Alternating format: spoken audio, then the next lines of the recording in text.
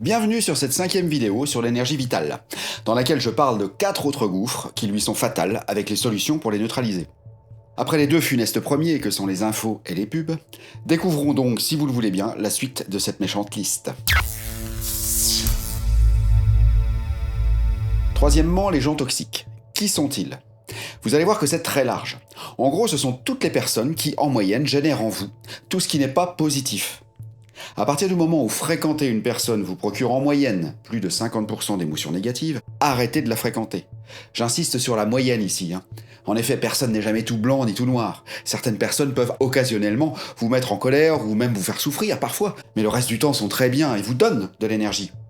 Ça veut dire qu'elles vous apportent plus de 50% de plaisir. Il est important que vous fassiez un audit approfondi de vos relations qui vous semblent négatives. Étudiez vos rapports avec chacune de ces personnes sur les 365 derniers jours, par exemple, et évaluez les moments positifs comparés aux moments négatifs. Et si ces derniers l'emportent, vous savez ce qu'il vous reste à faire. Et croyez-moi, quels que soient les liens qui vous unissent, si cette personne vous occasionne du malaise, trouvez un moyen, à plus ou moins court terme, de vous éloigner d'elle. Personne ne devrait supporter quelqu'un qui nous occasionne du malaise. Personne.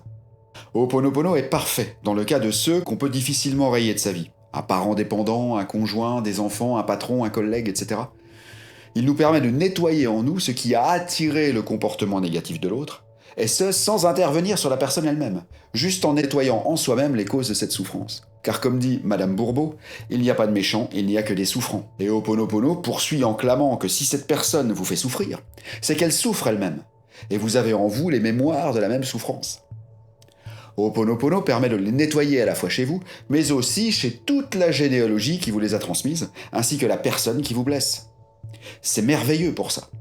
Et rappelez-vous, l'autre n'est qu'une projection de vous-même. Quatrièmement, les vidéos et les posts sur les réseaux sociaux. Les gens aiment partager leurs déboires sur les réseaux sociaux pour je ne sais quelle raison, mais c'est comme ça. Ils aiment aussi partager des vidéos sordides, trouvées sur le net où l'on voit des hommes ou des animaux torturés, des catastrophes, des accidents, parfois mortels, etc. Mais quel est l'intérêt ? De plus, par défaut, la vidéo se lancera toute seule devant vos yeux et vous serez littéralement pris de court. Alors la première chose à faire ici est d'aller dans les paramètres et d'empêcher ce lancement automatique. Et lorsque vous verrez que c'est une vidéo ou un post négatif, d'une part, ne le visionnez pas évidemment, et au lieu de cliquer dessus, cliquez en haut à droite sur le mini-menu s'affichant avec chaque post afin de ne plus voir ce genre de trucs. Et à terme, vous ne verrez plus que des trucs qui vous plaisent. Mon second conseil ici est de ne pas partager ces horreurs non plus.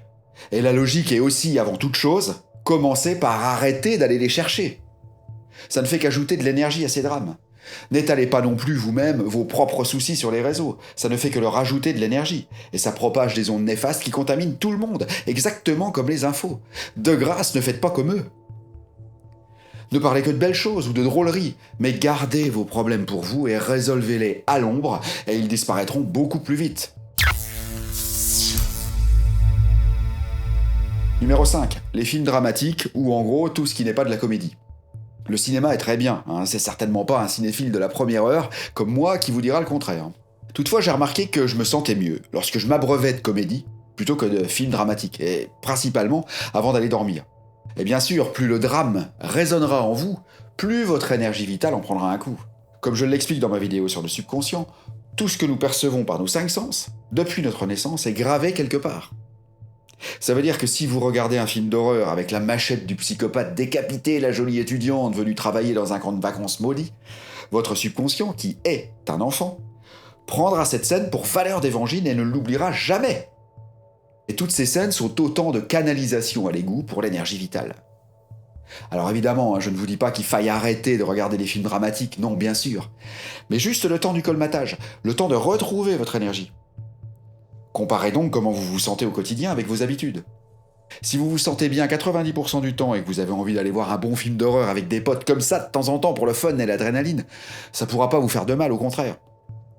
Mais si vous êtes déprimé, faible, fatigué, anxieux, et que vous ne regardez que ce genre de film ou des drames psychologiques, et qu'en plus vous regardez les infos, je vous conseille d'arrêter le plus vite possible et de vous mater en boucle l'intégrale de Louis de Funès, des Visiteurs ou des Tuches.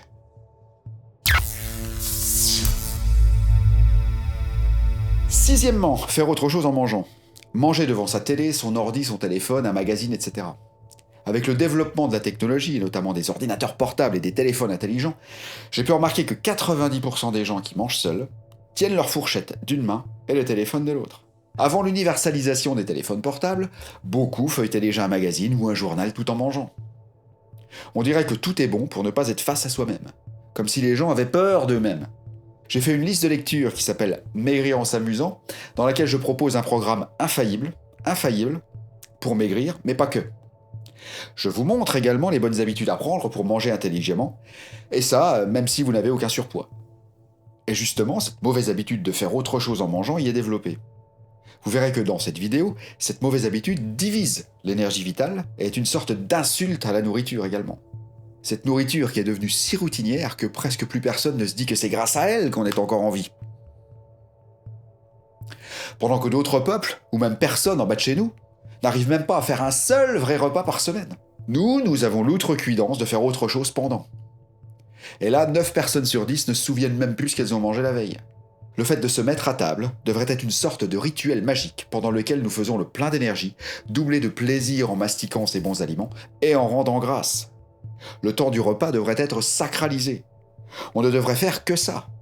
Pendant la demi-heure minimum du repas, toute notre attention devrait être sur ce repas, une véritable méditation sur la saveur, la texture, le goût des aliments, doublé de la reconnaissance pour le privilège d'avoir une assiette bien remplie plusieurs fois par jour, et ce, chaque jour que Dieu fait. Si vous arrivez à sanctifier chaque repas comme je vous le propose, vous allez voir que votre énergie vitale va faire un tel bond que vous n'en reviendrez pas. Les bénéfices seront multiples. Vous mangerez moins, donc vous maigrirez. Vous mastiquerez, donc prendrez plus de plaisir. Vous serez également mieux nourri, car les nutriments essentiels seront libérés grâce à la mastication. Vous serez naturellement attiré vers les meilleurs aliments, à la place de cette ragougnasse industrielle que vous aviez l'habitude d'engloutir. Vous vous sentirez plus léger et débordant d'énergie. Énergie que maintenant vous garderez grâce à tous les trucs de la présente liste de lecture. Voilà. Avant de voir les derniers gouffres et surtout le plus intéressant, j'ai nommé le sexe, je vous encourage à mettre en pratique toutes ces astuces et vous ne reconnaîtrez plus votre plaisir quotidien.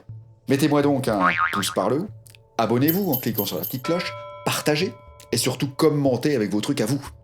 À bientôt!